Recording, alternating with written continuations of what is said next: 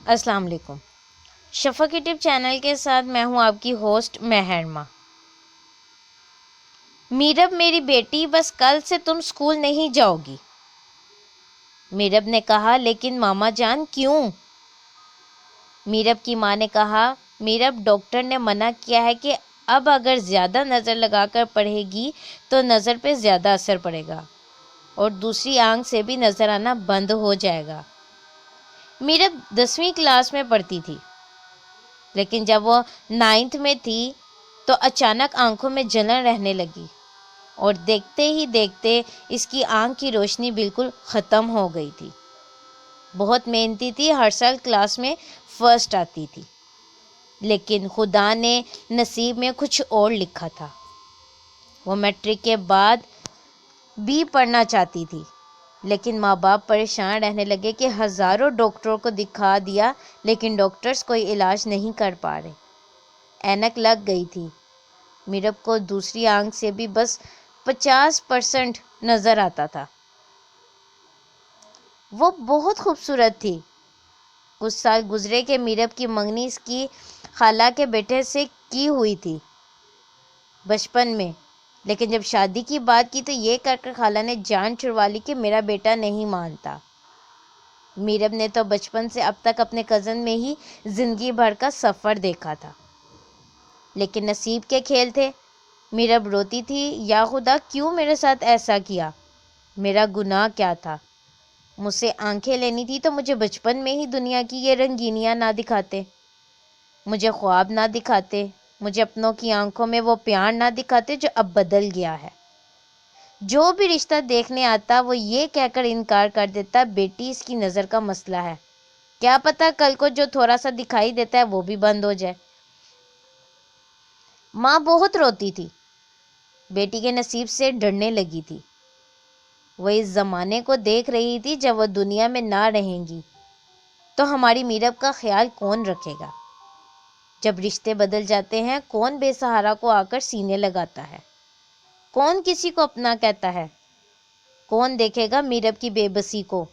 کون سمجھے گا میرب کے اشاروں کو؟ کون میری بیٹی کو اپنا کہے گا؟ ماں بہت روتی تھی۔ بیٹیوں کے نصیب کی بپتا فکر ہوتی۔ آئی ریپیٹ، میرب کی ماں بہت روتی تھی۔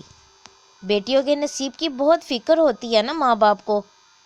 6 سال گزر گئے، چھوٹی بہنوں کی شادی ہو گئی، لیکن میرب وہی گھر بیٹھی خدا سے شکوے کرتی رہتی۔ لیکن ایک وقت آیا کہ وہ بھی چھوڑ دیے، رونا بھی چھوڑ دیا۔ اس کو اب صرف 20% نظر آتا تھا، مطلب کہ بس دھندلے ہوئے چہرے نظر آتے تھے۔ میرب تھی تو بہت خوبصورت، لیکن بس نصیب بے وفا تھے۔ وہ یوں اندھیرے میں اپنی زندگی گزارنے لگی، بے بس ہو گئی۔ ڈاکٹرز نے کہا تھا علاج تو ممکن ہے اگر کوئی اپنی آنکھیں اس کو دے دے۔ اس زمانے میں کوئی کسی مرنے والے کو پانی کا گھونٹ نہیں پلاتا تو آنکھیں کون دے گا؟ میرب 30 سال کی ہو چکی تھی، ماں باپ بوڑھے ہو گئے تھے۔ میرب کی فکر نے شاید ان کو زیادہ برا کر دیا تھا۔ میرب کو بھی بالکل نظر آنا بند ہو چکا تھا۔ اس کے سب خواب کسی گہرے اندھیرے میں دفن ہو گئے، اس کے سارے جذبات فنا ہو گئے۔ میرب کی خوشیاں بس اتنی سی تھی کہ کوئی آ کر حال پوچھ لیتا تو میرب خوش ہو جاتی۔ وہ جیسے زندگی کے دن گزار رہی تھی، اسے دنیا میں کسی سے اب کوئی واسطہ نہیں تھا۔ کسی نہ کسی سے دل کی بات کہہ سکتی تھی، نہ کوئی سننے والا تھا۔ ساتھ والے گھر میں شادی تھی۔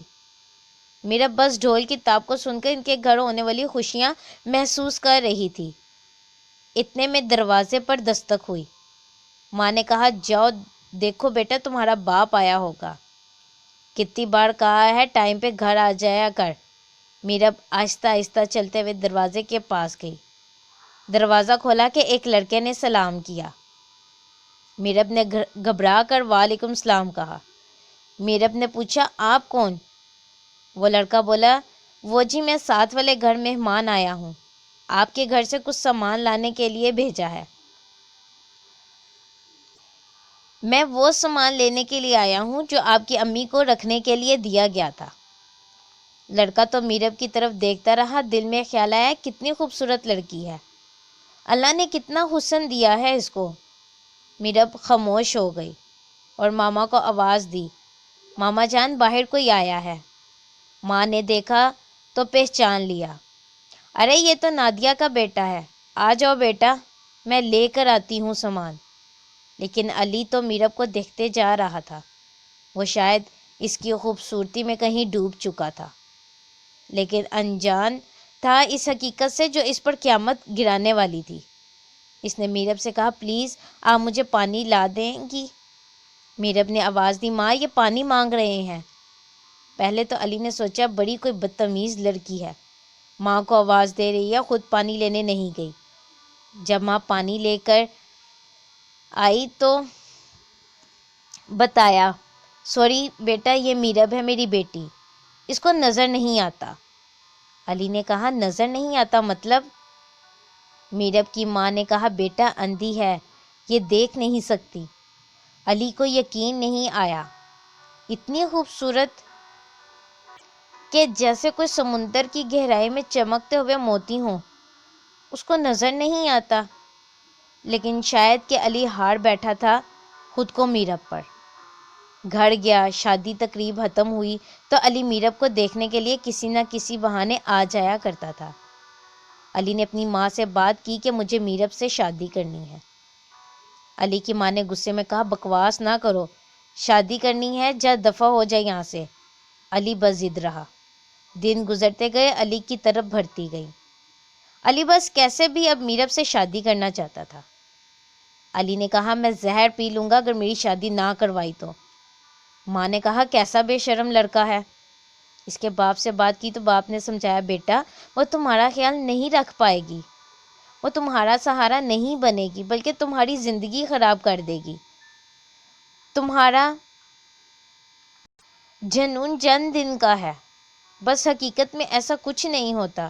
کیوں کسی کی بیٹی کو برباد کرو گے، ساتھ خود کو بھی؟ لیکن علی کہاں کسی کی کوئی بات سننے والا تھا۔ علی اپنا کوئی چھوٹا سا بزنس کرتا تھا۔ گھر والوں نے اس کا پاگل پن دیکھا اور مان گئے شادی کے لیے۔ میرب کی ماں سے بات کی تو میرب کی ماں نے کہا، آپ کا بیٹا سب جانتے ہوئے بھی میرب سے شادی کرنا چاہتا ہے۔ علی کی ماں نے کہا، اللہ نے اگر ان کا نصیب ایسا لکھا ہے تو ہم کیا کر سکتے ہیں۔ خیر شادی ہو گئی۔ میرب بہت ڈری ہوئی تھی، اس کے دل میں ہزاروں سوال جنم لے رہے تھے۔ وہ سوچ رہی تھی، یا خدا پہلے جینے کی خواہش تھی، تم نے سب کچھ ختم کر دیا، اب مرنے کی خواہش تھی تو زندگی کی طرف لے آئے ہو، کیسے امتحان تمہارے ہیں یا خدا۔ علی کھانستے ہوئے کمرے میں آیا، میرب خاموش بیٹھی رہی۔ علی پاس آیا، ہاتھ پکڑا، میرب ڈر سی گئی۔ علی نے کہا، میرب ڈر لگ رہا ہے؟ میرب خاموش رہی۔ علی نے میرب کا ہاتھ اپنی آنکھوں کو لگایا اور کہنے لگا، آج سے یہ آنکھیں تمہاری ہیں، اٹھو اب چلو میرے ساتھ۔ میرب نے دھیمی سی آواز میں پوچھا، کہاں جانا ہے؟ علی نے کہا، چلو وضو کریں، پہلے میرے ساتھ شکرانے کے نوافل ادا کریں۔ علی نے اس کے ہاتھ اپنے ہاتھوں میں لیے اور اسے وضو کروانے کے لیے لے گیا۔ وضو کروایا اور شکرانے کے نوافل ادا کیے۔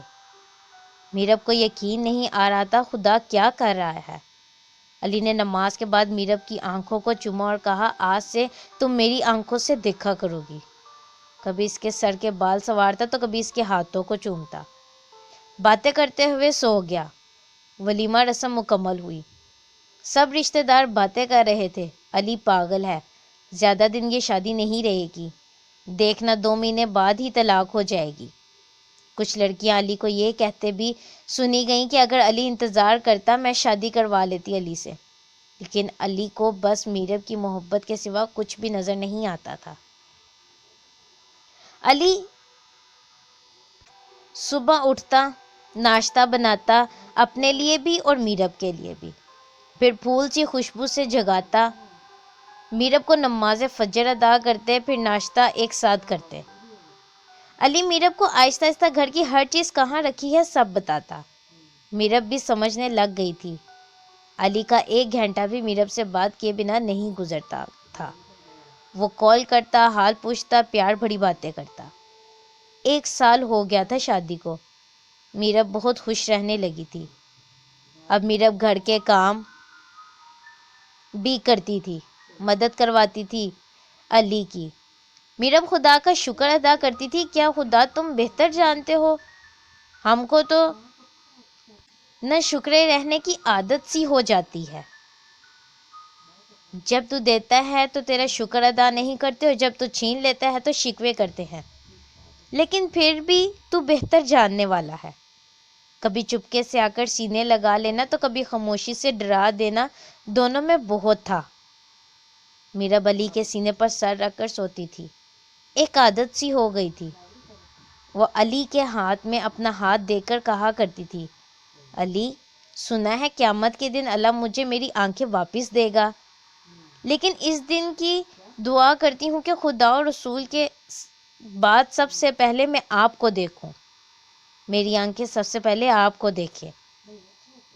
علی مسکرا دیتا تھا، پاگل سی ہو تم، پتہ نہیں کیا کیا سوچتی رہتی ہو۔ ایک دن علی گھر پر نہیں تھا۔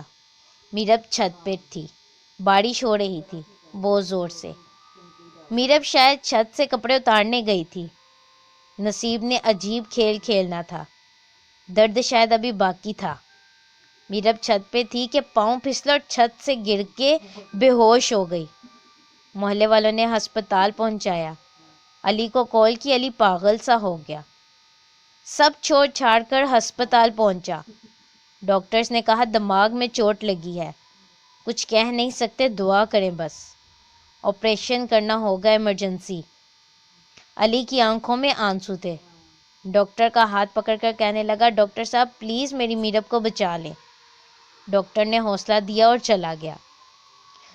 علی بے بس بیٹھا میرب کی تصویر نکالی، چوم کر کہنے لگا، میرب مجھے دغا نہ دینا، مجھ سے بے وفائی نہ کرنا، تم مجھے چھوڑ کر نہیں جا سکتی۔ دیکھو میرب کل ہم اپنا نیا گھر لے رہے ہیں، میرب تم نے کہا تھا تم کبھی میرا ساتھ نہیں چھوڑو گی۔ آسمان کی طرف دیکھ کر کہنے لگا، یا اللہ مجھے میری میرب واپس کر دے، میری میرب مجھ سے نہ لینا۔ اس کی محبت کی طرف پہ شاید خدا کو بھی ترس آ گیا تھا۔ 4 گھنٹے کے آپریشن کے بعد ڈاکٹر باہر آئے، بہت خوش تھے۔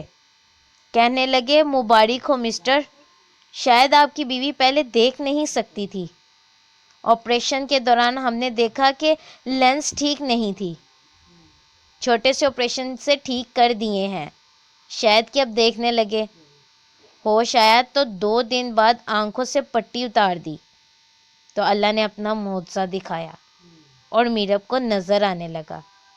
علی نے میرب کو سینے سے لگا لیا اور اللہ کا شکر ادا کیا۔